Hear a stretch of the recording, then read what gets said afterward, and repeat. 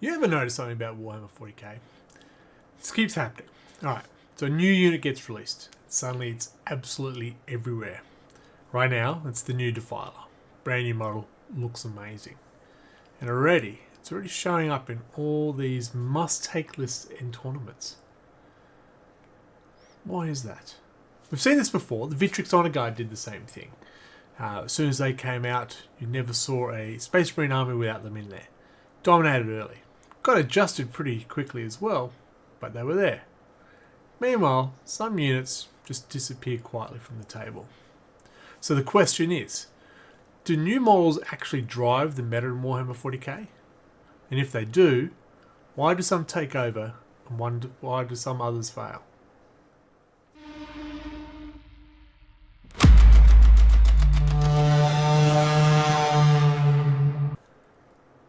Welcome to From the Forge, where we talk about parts of Warhammer that don't always make the big discussions, but probably should. This is something I've been thinking about for a while, because it's not happening just once. It's a pattern. If you step back and look across the game, you start to see this pattern. New units come in, beautiful, get excited, the hype's there.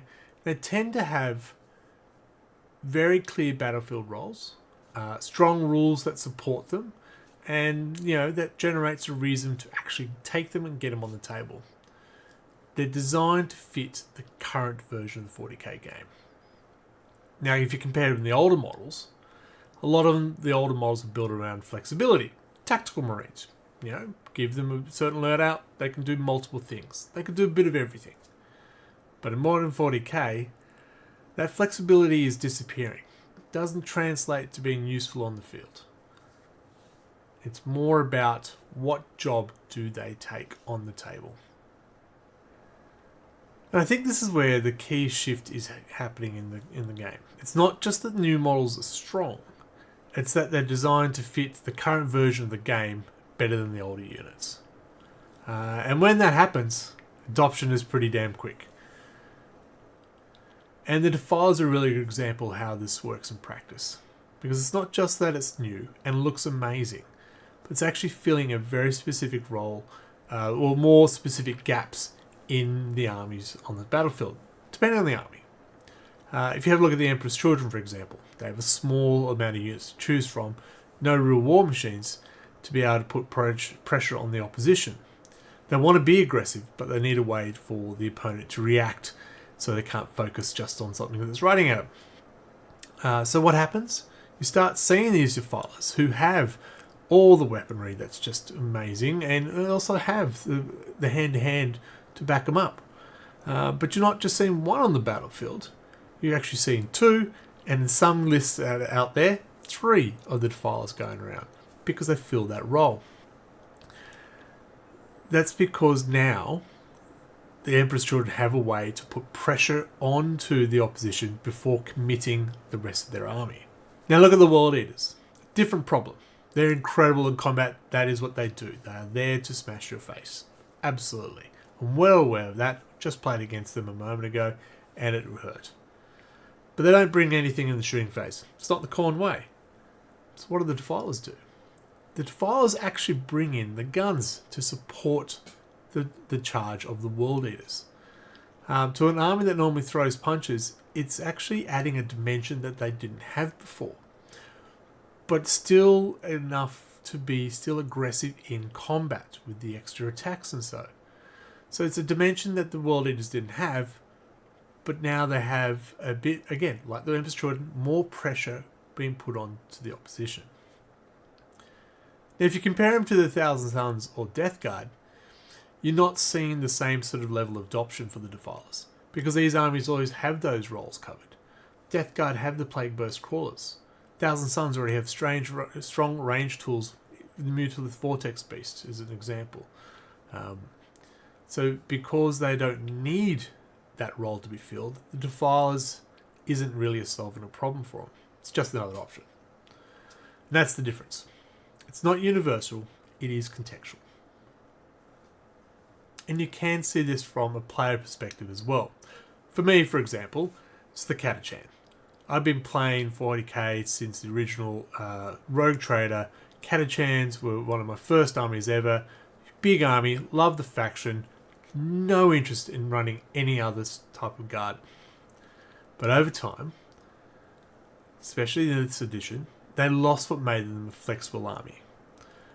Things like having special weapon choices within the regiments is gone. They don't have that variety. Now it's just taking flamers.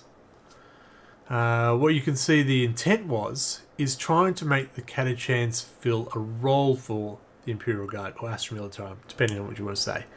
They were to be the close-range, aggressive scouting army. But the problem with that is the identity really hasn't been supported very well. The models haven't been refreshed, and I don't want to know the maths. There's been no real expansion of that role until recently. They did add some things in there, but I think that was because they had to more than they wanted to. So what happens now?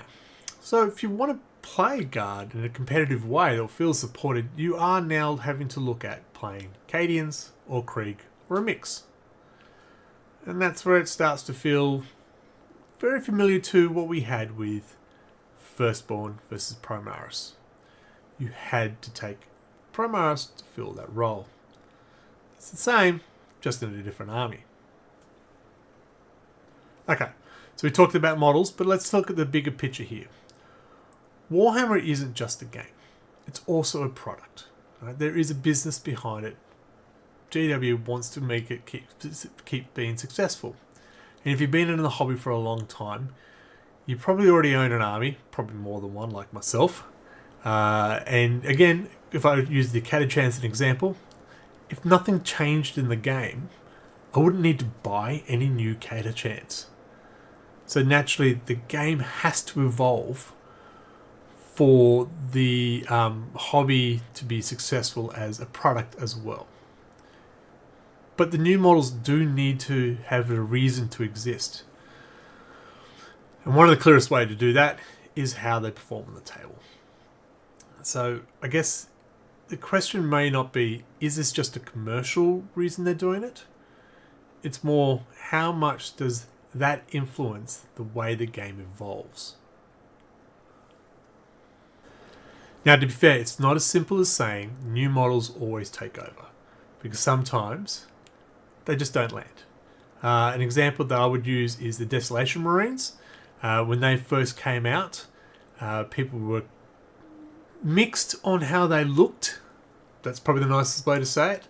They were also quite restrictive in how they played, because no loadouts if you compared it to a Devastator squad. And then when the indirect fire was changed, they lost their role, they didn't fit well, and didn't resonate very well with the players in the field out there. And another example of a model that had its questionable design was the Custodes Shield Captain. On paper, absolutely, should work. You wouldn't leave home without it. But the model itself didn't really connect with the players. It was quite squat, it had quite a wide-looking, weird look to it, and it just didn't click. And that matters, right? Because Warhammer isn't just about efficiency, it is about connection. You buy things that you want to put on the table. The rule of cool is still very relevant for Warhammer 40k. The Psychophage is another example. That model was pretty good looking. It's a great model. But even with the points dropping, just couldn't get it onto the field. But why? This is not because the model looked, how you doing? This is because more of it didn't have a unique role. There are other units that are already doing similar things. The Venom Throat was a lot cheaper and could do almost similar things as an example. So if a unit doesn't, if the new models do something that's already being done, and it's expensive as well, it's not automatically going to get taken. Okay, let's look at the Sekitar robots, because this was an interesting one for the Thousand Suns. They were really hyped up when they first released. Thousand Sun, new unit, wonderful. It was exciting times. I was excited. The robots looked different, but quite nice. They were sold out so quickly, but they never quite hit the meta as hard as some of the other miniatures. until recently. They are now starting to show up in a lot of the winning lists. The recent GT just had 3 units, I think it was 3 units of 4, or 3 units of 2, and they got to the top table of the grand final. So they weren't a failure at the time, but they were a delayed success. Someone had to find their role for them to be successful. Which means not every unit that comes out, every new model will dominate, but it still needs to be relevant. Secretary Roberts just took its time to find that relevance. Okay, so let's take a step back. If we start looking at the new models and how they're being successful and why not, we can actually start seeing a very clear pattern forming. New models to succeed, they need to have a clear role, they need to fill a real gap, and players actually need to connect with them. The Defiler is a good example of being successful in those 3 areas, but only limited with the armies. As we talked about, Thousand Suns and Death Guard, not quite as successful compared to World Eaters and Emperor's Children. That's where that gap is being filled. So if one of those 3 things, clear role, real gap, connection, if one of those is missing, that new model's going to struggle. If 2 are missing, good luck, they will not be taken. There might be some small hype because of the new model, but it'll be short-lived. If we looked at that now, we can see the next test that's coming up is for the Imperial Guard or Astra Militarum, your choice, because there are new vehicles coming out. New tanks, light tanks coming out, a new commissar with the vehicle saying, get me closer, I want to hit them with my sword. Love it. So what happens next? Will they become must-takes? Will they reshape the army? Will Imperial Guard armies on the table be different because of these vehicles? Or will they sort of sit alongside more that, there's 100 Leman and Rust variants, but only a couple get used? Will it actually do anything? Will it change how you play? Because that's going to be the real difference. Some releases reshape the game. They impact the meta. They impact on how you play the game. Others just update it. Don't have a real role, just a new model that you get to choose, another option. So if we looked at what we've got our criteria on, if those tanks come in with a clear role, strong rules, and proper support, I reckon they could be quite successful. They look amazing, don't get me wrong. They've got that covered. But how will they play on the field? So yeah, we could be looking at a new shift and see Astra Militarum actually become a bit more successful. Or just different played.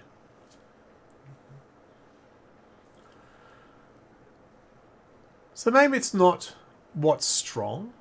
Maybe it's more about what the game is ready to support next. And right now, with the 11th edition around the corner and 10th edition in its final throes, it is lining up with the new models coming out are making those changes to how you play. Seems to be coming very closely to what's new is what you must have to be successful. So I'm curious, do you think new models drive the meta in 40k? Or is it just more, it's a better design over the time and it becomes, okay, this has become useful. And things like the new guard tanks coming out, do you think they'll change the game? Or they'll just replace what's already there? So, the question is, do new models change the meta? If you want deeper discussion like this, make sure you check out the podcast Wobbly Player Syndrome. It is a monthly podcast and we'll be coming up to our 100th episode pretty soon, so make sure you tune in for that one. And if you want to see more battles on the tabletop, so we can try out these new models, like the Defiler, which I just faced, ouch, we've got battle reports here on the channel as well. So please make sure you hit that like and subscribe, and make sure you get your comments down the bottom. I'd love to know what you think about the new models and how they affect the game. And until next time, folks, be good to each other and have a good night. See ya.